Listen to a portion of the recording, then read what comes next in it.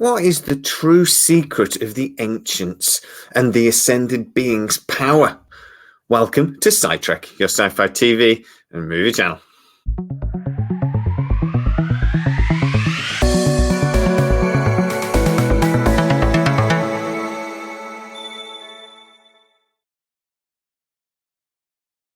Okay, it's fair to say the ancients and the ascended beings in Stargate are at times a little contradictory.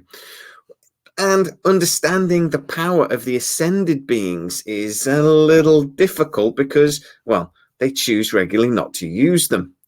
But I think I have figured out what the actual true power and strength of an ascended being is. But I'm going to come back to that a little bit later.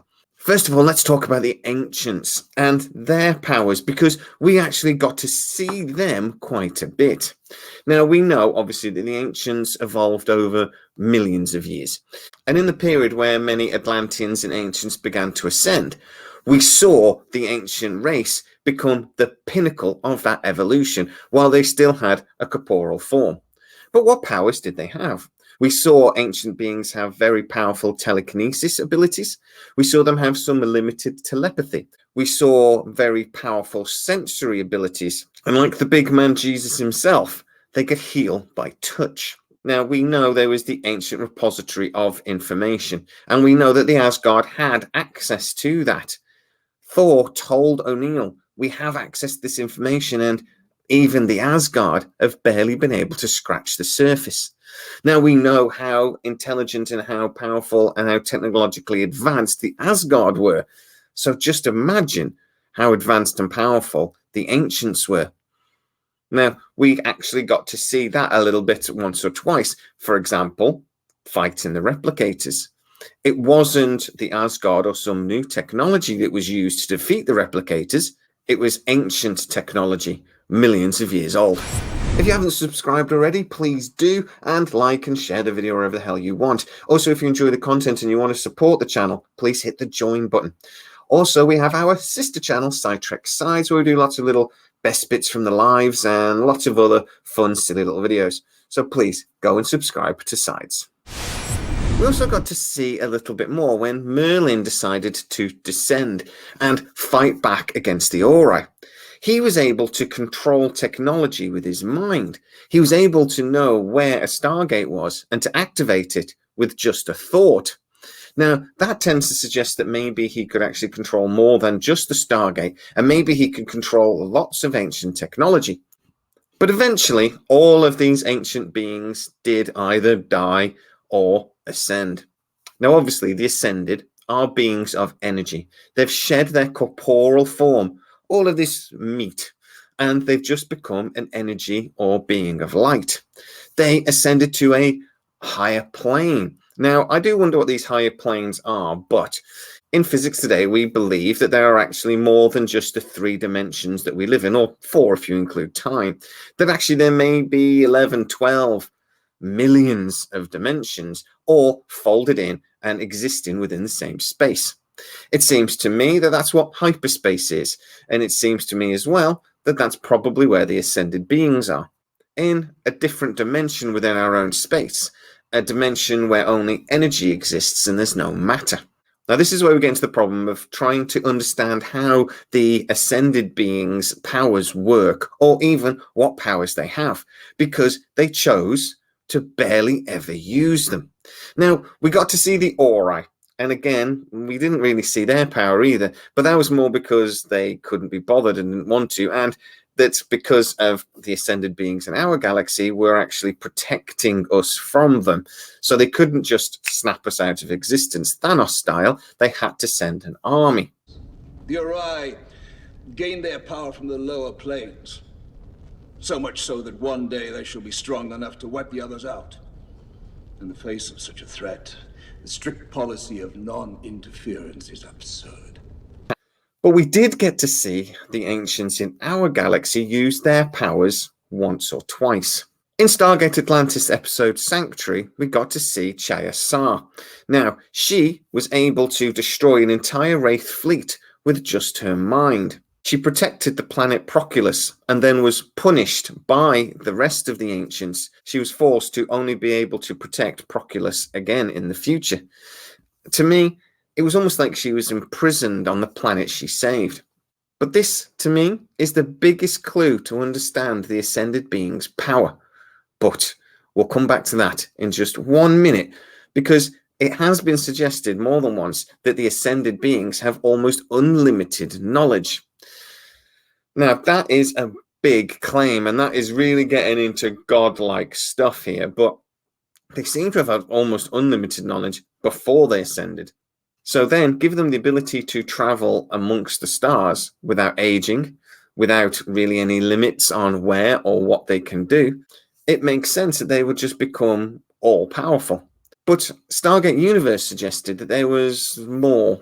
They suggested that there were beings out there that had even more power than the ancients. They suggested that there was this being or some sort of intelligence that actually encoded a message into the background radiation of the universe, a message that would have been sent before time. Perhaps that once you ascend, you can tap into that knowledge, a knowledge of the entire universe, and that makes you gods. But the ascended beings are a little bit contradictory at times. Now, I mentioned that as an ascended being, you can travel amongst the stars with almost no limit. But at times, we actually see ascended beings use the Stargate. Now, having to use a Stargate and having to pass through walls and things like we saw ascended beings do once or twice does tend to suggest a limit to that power. But then we saw other ascended beings just appear. Daniel traveled amongst the stars and just appeared where he needed to instantly. Now, this tends to suggest as a being of energy that they can pass to their higher plane and then back into our reality in any location they like. But again, we have seen the contradiction of using the gate. So get in the comments and explain that one to me if you can. But let's be honest, there are lots of contradictions when it comes to the ancients and the ascended beings. And there are lots of contradictions when it comes to gold. Why was some of their architecture this ancient stone monuments, for example, the superweapon at Dakara or the ancient knowledge repository? But then other architecture was like Atlantis, futuristic and metal. Again, these sorts of contradictions don't really make sense, but they looked really cool on screen. So this gets me into what I really think the power of an ascended being is. Now, as I mentioned, Chayasar was able to destroy an entire Wraith fleet. It just blinked out of existence. I think this is because the ascended beings have the power over matter and energy. They can change matter into energy and energy into matter. This would make sense because they changed their bodies into a being of energy when they ascended. Now, that ability would give them almost unlimited power. Nobody can stand against an ascended being because you can just blink them out of existence. Now, we know that the ascended beings choose not to interfere in our galaxy. Now, there are lots of contradictions when it comes to that as well.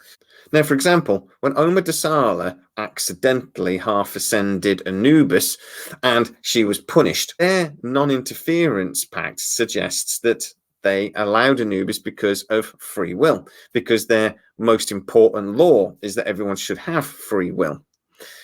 But Anubis had knowledge of the Ascended, and he had knowledge of the Ancients. So the damage was done, but the Ascended being still didn't step in. There are many planes of existence between human existence and ascension. Basically, the others use their collective powers to keep him from affecting anything on a grand, cosmic level. But it's okay for him to destroy an entire galaxy. It's okay for him to do anything he could have done back when he was a regular old. Now, the contradiction there again is that they say free will is the most important rule, but they don't seem to step in when one person's free will seems to overpower or eliminate another's. But perhaps what's more important to them is that they know that absolute power corrupts absolutely. They knew that they could not get involved in our affairs because if they started, they might never stop. And they'd seen in the Ori what the result of that would be. So, guys, get into the comments. Tell me what you think. Is there anything I'm forgetting about the Ancients or the Ascended Beings that gives us a little bit more insight into what they were, how they worked, and what powers they had? I'd love to read your comments, and let's start the discussion. If you are new to the channel, please like, subscribe, hit that bell notification. It really helps us out. And as always, if you enjoy the content and you want to become a fully fledged side trekker, consider hitting the join button. As always, please stay safe. I'll see you next time.